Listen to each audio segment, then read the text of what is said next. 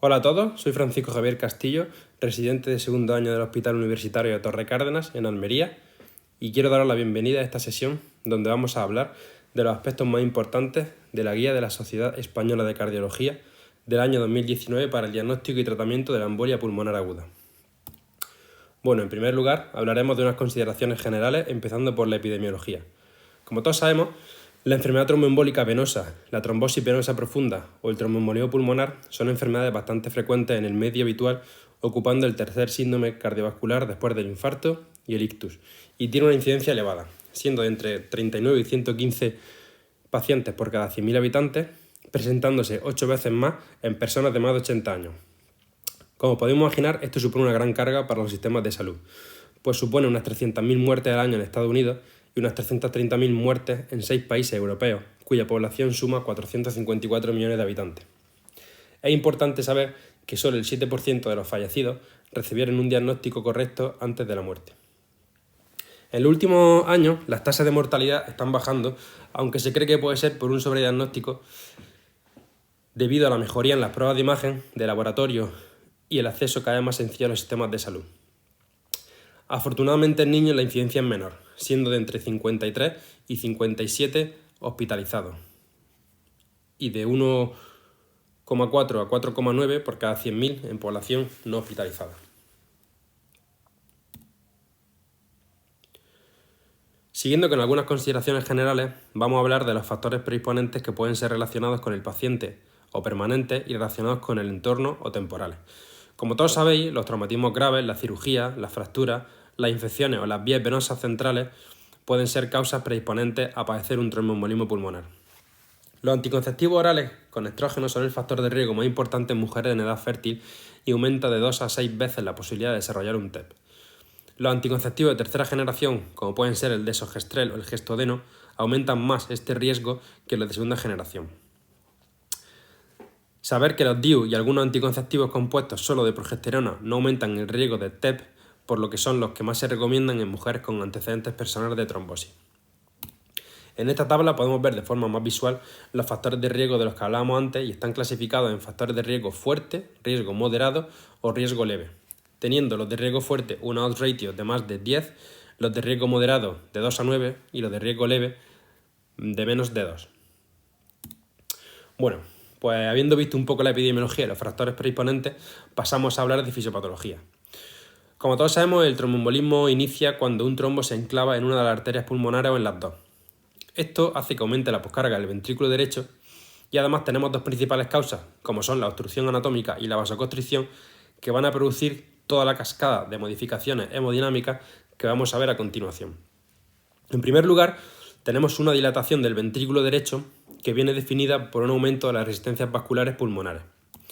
Esto ocasiona una insuficiencia de la válvula tricúspide y un aumento de la tensión de la pared del ventrículo derecho. Si recordamos, según la ley de Franner-Starling, este aumento de la tensión va a ser compensada al inicio por un aumento de la contractilidad hasta que llega un punto en el que las fibras se elongan tanto que la contracción no va a ser efectiva y el ventrículo irá cediendo al aumento progresivo de la precarga. En este punto se va a activar una liberación neurohormonal que va a aumentar el inotropismo, el cronotropismo y la vasoconstricción, y que viene fundamentalmente dado por el aumento de adrenalina en sangre. Esta adrenalina, cuyo uno de los targets de acción va a ser el músculo cardíaco, va a producir una inflamación miocárdica que va a ocasionar, junto a las demás modificaciones hemodinámicas que estamos viendo, un aumento progresivo en la demanda de oxígeno por parte del ventrículo derecho. Este aumento progresivo en la demanda de oxígeno, unido a una disminución de la oferta, culmina en un desequilibrio que precipita isquemia del ventrículo derecho, disminución de la contractilidad y disminución del gasto cardíaco. La sobrecarga cada vez mayor del ventrículo derecho va en pos de un aumento de su tamaño y este aumento de la precarga desemboca en un desplazamiento del septo interventricular hacia la izquierda que disminuye la precarga del ventrículo izquierdo y que eventualmente va a producir disminución del gasto cardíaco, hipotensión, lo que nos va a llevar a menor perfusión miocárdica debido a una disminución del suministro cada vez mayor de oxígeno y finalmente a la muerte. Este fallo agudo del ventrículo derecho se define como un síndrome rápidamente progresivo con congestión sistémica que es resultado del impedimento del llenado del ventrículo derecho con disminución del gasto y es un factor crítico que determina la severidad clínica y el pronóstico del paciente en el tromboembolismo pulmonar agudo. En esta tabla vemos 3 formas de presentación del TEP con inestabilidad hemodinámica. La primera es la parada cardíaca, que requerirá reanimación cardiopulmonar. La segunda es el shock, que viene definido como una presión sistólica por debajo de 90 o necesidad de vasopresores para alcanzar una presión sistólica por encima de 90 y que a nivel clínico se va a caracterizar con hipoperfusión sistémica con afectación de órganos. Y la tercera forma de presentación es una hipotensión persistente definida como una sistólica menor de 90 o una caída de la misma de más de 40 que dura más de 15 minutos y que no tiene otra causa de aparición. Además de la fisiopatología a nivel hemodinámico que acabamos de ver, también hay afectación a nivel respiratorio. Esta viene dada por una alteración en la ventilación-perfusión de tipo espacio muerto, cuya alteración tiende al infinito, ya que los alveolos están bien ventilados pero no perfundidos. Como sabemos, también existe el tipo Shunt, cuya ventilación-perfusión tiende a cero, ya que son alveolos no ventilados pero bien perfundidos. En este punto podemos llegar a pensar que las zonas perfundidas compensarán las no perfundidas, pero también ahí existe una alteración de la ventilación-perfusión, ya que debido a la vasoconstricción hipóxica, la perfusión de la zona sana estará aumentada y el índice de ventilación-perfusión caerá a entre 0,5 y 0,6 cuando lo normal es de 0,8 a 1,2. Esta alteración de la ventilación-perfusión va a ser causa de hipoxemia. Sabemos también que en algunos pacientes, hasta en 1/3 de ellos, podemos encontrar un foramen oval permeable.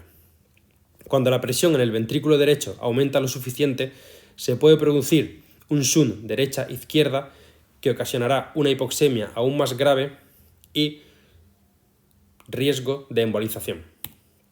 Estos émbolos, aparte de dirigirse a zonas como el cerebro o el bazo, pueden dirigirse a zonas distales del pulmón, ocasionando infartos pulmonares y cuya tríada de presentación clínica es hemoptisis, pleuritis y derrame pleural. Continuando hablando de clínica, la forma más frecuente de presentación del TEP es la disnea, seguida de dolor torácico, síncope o presíncope, hemoptisis, siendo la inestabilidad hemodinámica una forma rara de presentación, pero que es más frecuente cuando el TEP se inicia como síncope.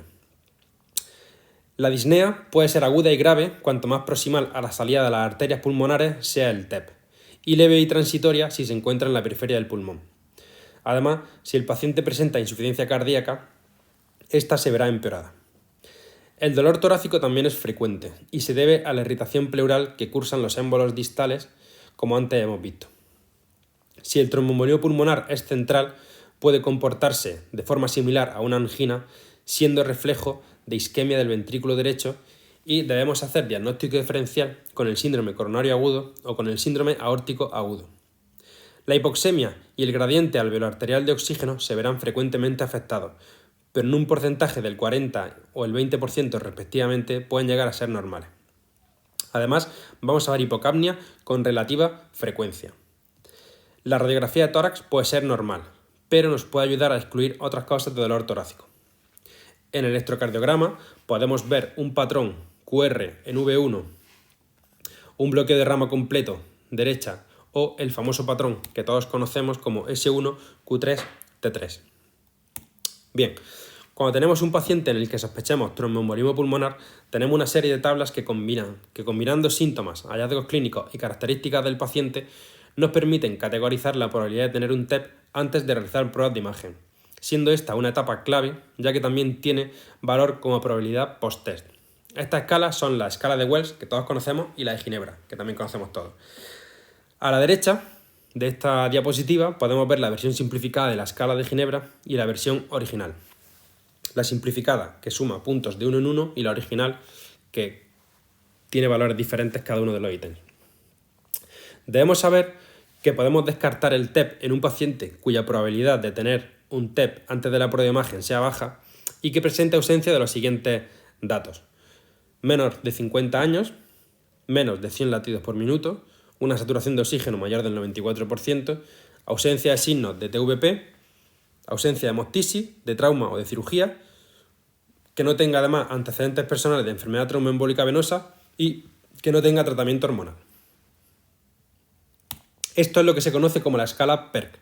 En esta diapositiva tenemos la otra escala de probabilidad clínica pretest de la que hablábamos, que es la escala de Wells, que al igual que la de Ginebra, consiste en un sistema que otorga a los criterios que posee un paciente determinado una puntuación y sumando a estos criterios los clasifica en riesgo alto, medio o bajo de probabilidad de tener TEP antes de realizar una prueba de imagen.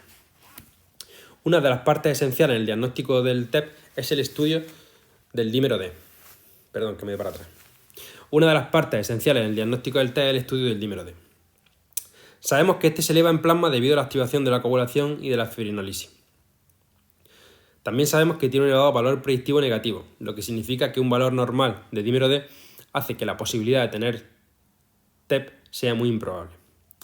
Además, cuenta con un valor predictivo positivo bajo, y esto significa que aunque el dímero D sea positivo, no podemos confirmar la enfermedad, porque el dímero D se va a elevar en pacientes con cáncer, en pacientes hospitalizados, en pacientes con infección grave o incluso en pacientes que estén embarazadas y sanas.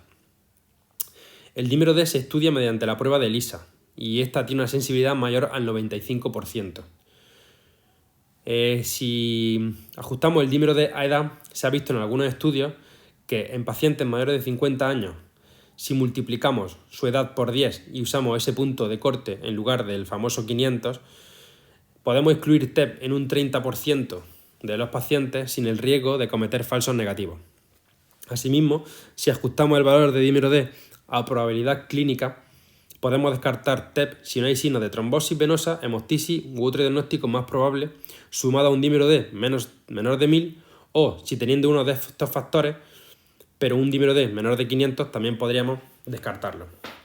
Nuevamente, recordar que si usamos este ajuste, evitaremos realizar pruebas de imagen a un número elevado de pacientes.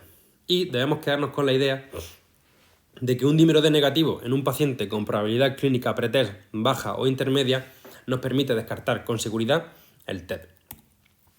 Bueno, como decíamos antes, la placa de tórax puede ser normal, pero en un pequeño número de pacientes podemos ver dos signos clásicos definidos en la radiología de tromboembolismo pulmonar, como son la joroba de Hampton, que es esa zona triangular que se traduce en una zona de infarto pulmonar, o el signo de Westmark, que podemos visualizar una zona de hiperclaridad en el pulmón afecto comparado con el sano, causa de la disminución de la perfusión a este nivel.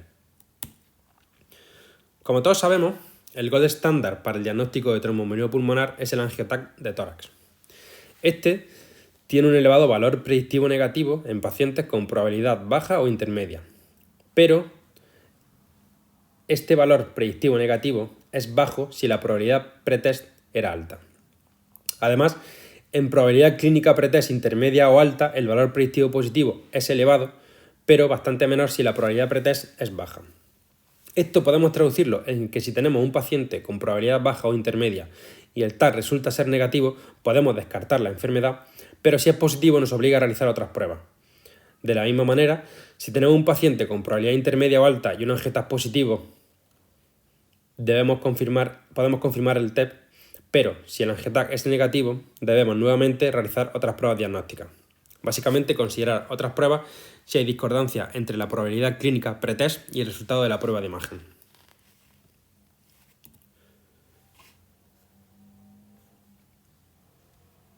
Hace algunos años, el gold estándar era la gammagrafía pulmonar, lugar que, como acabamos de ver, ocupa hoy en día el angioTAC de tórax. Eso no significa que la gammagrafía pulmonar no tenga su lugar de alguna forma, pues al ser una prueba que emite menos radiación, puede ser útil en pacientes jóvenes, en mujeres embarazadas, en pacientes que hayan desarrollado anafilaxia al contraste o en pacientes con enfermedad renal crónica moderada o grave. También podemos usarla en pacientes con probabilidad clínica baja y radiografía normal si estamos en un centro que la tenga disponible. Podemos clasificar la gammagrafía pulmonar en 3 niveles diagnósticos: normal, que nos permite descartar un TEP en un paciente con probabilidad pretest intermedia o baja; alta probabilidad, que nos confirma el TEP; o prueba no diagnóstica, que nos obliga a seguir con el procedimiento diagnóstico. Bueno, como todos los que veáis este vídeo ya sabéis, pues cada vez está más presente en todos los servicios la utilización de ecocardiografía en pacientes, en todo tipo de pacientes. Pues en pacientes con TEP e inestabilidad hemodinámica, esta viene dada por una sobrecarga de presión y disfunción aguda del ventrículo derecho y se define por un llenado deficiente con reducción del gasto del ventrículo derecho. Hay una serie de signos ecocardiográficos que podemos ver en pacientes con TEP y que son los que tenemos reflejados en esta diapositiva. En primer lugar, y teniendo en cuenta todo lo visto hasta ahora, un agrandamiento del ventrículo derecho es bastante factible de ver en un TEP. Si este ventrículo derecho se sigue dilatando, podemos llegar a ver un cociente ventrículo derecho, ventrículo izquierdo, mayor de 1,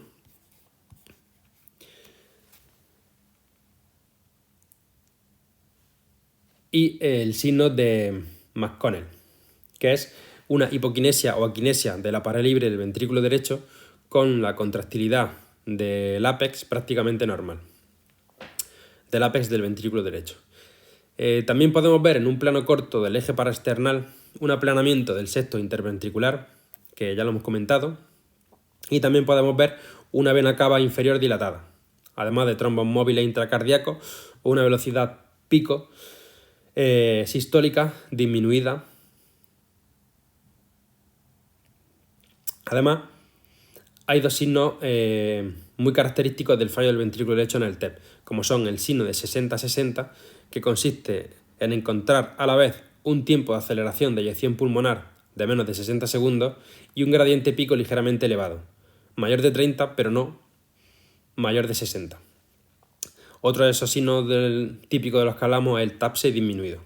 El TAPSE, que es el desplazamiento en sístole del plano del anillo tricuspídeo.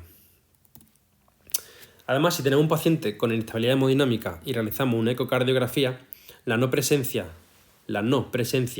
de los signos anteriormente vistos nos permite descartar un TEP. Pero, si manejamos la ecocardiografía, nos puede ayudar a buscar taponamiento cardíaco, disfunción valvular aguda, disfunción general o regional del ventrículo izquierdo, disección aórtica o signos de hipovolemia. Sin embargo, si tenemos un paciente con sospecha de TEP y vemos el signo de McConnell, el signo de 60-60 o trombos intracardíacos, que aunque no es muy frecuente, podemos llegar a verlo, está más que justificado el uso de tratamiento. Bueno, debemos tener en cuenta en un paciente con sospecha de TEP la posibilidad de realizarle una ecografía de compresión en miembros inferiores. Hasta en un 30-50% de estos pacientes vamos a ver alteraciones. Además, es una técnica sencilla de realizar, pues solo tenemos que comprobar 4 puntos, las 2 regiones inguinales y las 2 regiones popliteas, siendo el criterio diagnóstico para considerarlo positivo la comprensibilidad incompleta. Como podemos ver en esta diapositiva, el examinador, tanto comprimiendo como sin comprimir, la vena femoral superficial no sufre cambios y además podemos apreciar un trombo en su interior. Si encontramos trombosis proximal en pacientes con sospecha de TEP, está indicado iniciar anticoagulación de inmediato. En esta diapositiva podemos ver una serie de recomendaciones para el diagnóstico teniendo en cuenta el nivel de evidencia y la clase de cada recomendación. No me voy a parar a leerlas todas, pero bueno, os invito a que paréis el vídeo y le echéis un vistazo, sobre todo a las que tengan una evidencia o un nivel de clase 1. Y aquí pues vemos una continuación de esas recomendaciones de las que hablaba y al igual que antes os invito a que si queréis parar el vídeo y leerla detenidamente. Bueno, esta tabla muestra las diferentes fortalezas y debilidades de las pruebas de imagen con las que contamos para el diagnóstico de TEP. De forma muy resumida y comentándola por encima, las fortalezas de uno son las debilidades del otro. Y os subrayo las que son, desde mi punto de vista, las más importantes. Por ejemplo, en AngioTAC, una de sus fortalezas es la disponibilidad en la mayoría de centros y que puede proporcionar un diagnóstico alternativo, que serían justo las debilidades de la gammagrafía. Por otro lado, la fortaleza de la gammagrafía sería que no tiene contraindicaciones, como la exposición a la radiación que tiene el TAC, pero como principal desventaja, pues no está disponible en todos los centros y no proporciona un diagnóstico alternativo.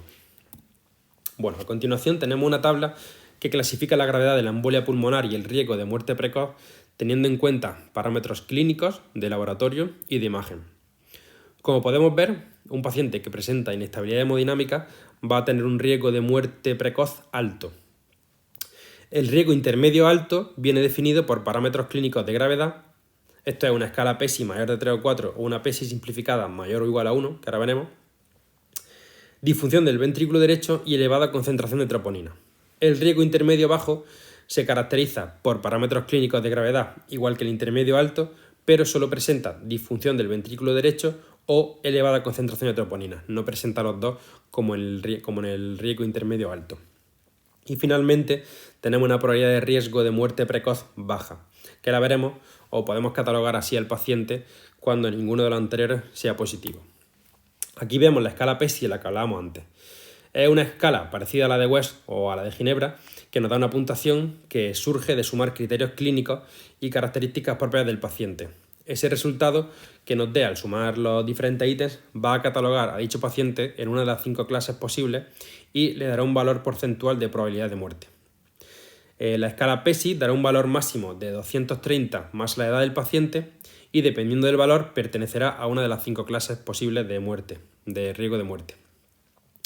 La escala PESI simplificada, por el contrario, solo tendrá 5 puntos como máximo y clasificará a los pacientes en 0 puntos o en 1 o más puntos. Esta escala de PESI se usa en el paciente una vez que lo hemos diagnosticado, una vez que el diagnóstico es seguro, no son como las de antes, que son riesgo pretest, ¿vale? Bueno, ahora vamos a pasar al tratamiento del TEP en fase aguda y este tratamiento se asienta en 4 pilares, que son asistencia hemodinámica y respiratoria, anticoagulación inicial, tratamiento de reperfusión y filtro de vena cava. En primer lugar, debemos proporcionar oxígeno siempre y, sobre todo si la saturación es menor al 90%.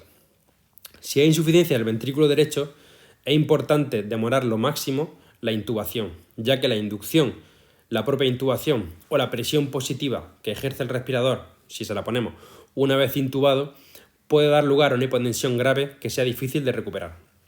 Por lo tanto, como acabo de comentar, solo intubaremos cuando no se tolere la ventilación mecánica no invasiva y probando siempre antes con la ONAF.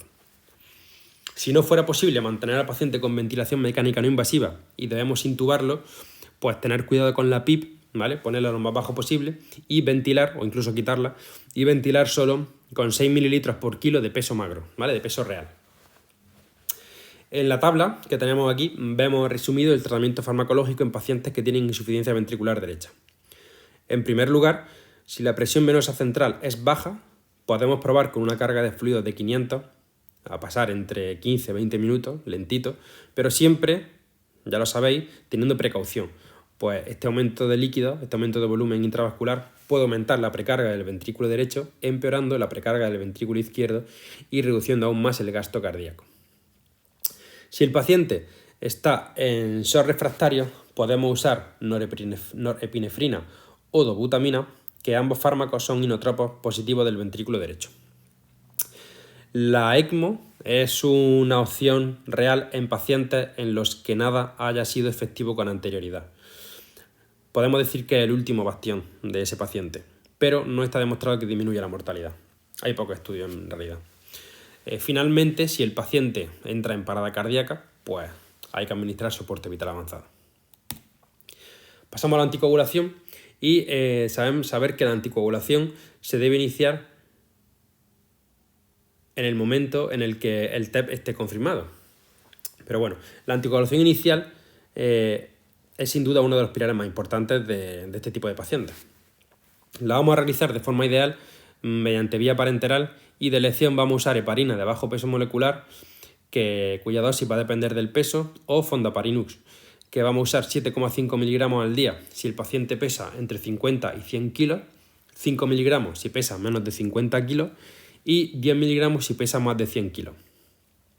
Como he dicho antes, debemos empezar la anticoagulación ante la simple sospecha si la probabilidad clínica es intermedia o elevada.